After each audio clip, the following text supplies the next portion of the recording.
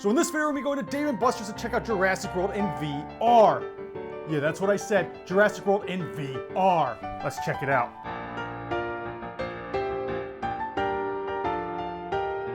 So my local Dave & Buster's actually gave me permission to come and film myself playing Jurassic World in VR. As you can see, here we are, getting ready to experience a private play of Jurassic World.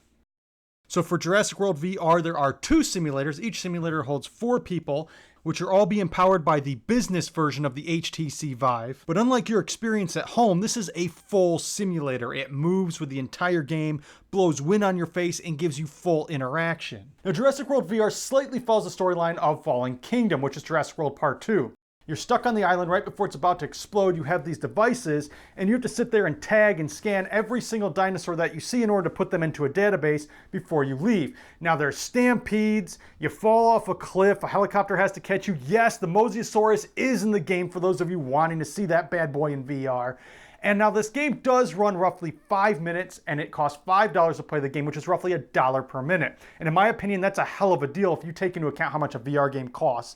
At a simulator with all the hydraulics and shit, air, and the amount of electricity it costs to power that bad boy for 5 minutes, it's a very good deal. And yes, I was surprised by the graphics. They were actually really good. Now, if you take a look at the simulator, you can see the hydraulics in all its glory. This thing is throwing you and thrashing you all around as you play, and it really is just fun as hell to take VR, the Vive headset, put it in with a simulator and add air, and it just creates a whole new immersion to virtual reality. But how long will Jurassic World VR be around for?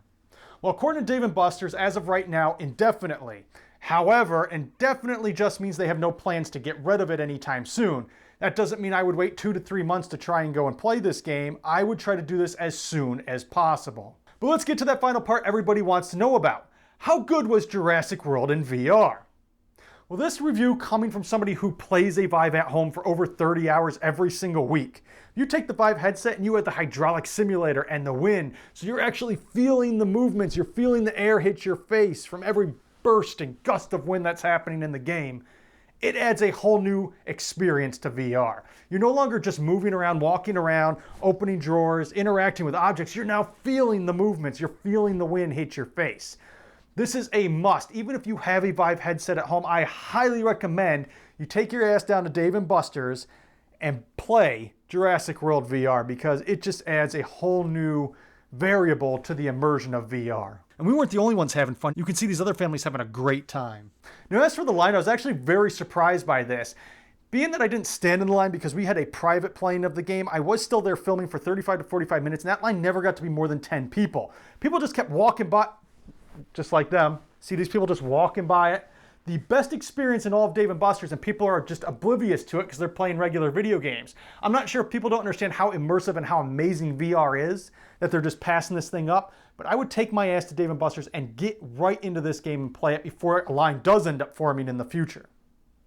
Now, I do want to give a quick shout out and thank you to the Dave & Buster's in Orlando on iDrive for allowing me to come out and film this video. Now, they did invite me to come out and film more. However, I'm not going to do those VR experiences unless you let me know down in the comment section below and give this video a big thumbs up.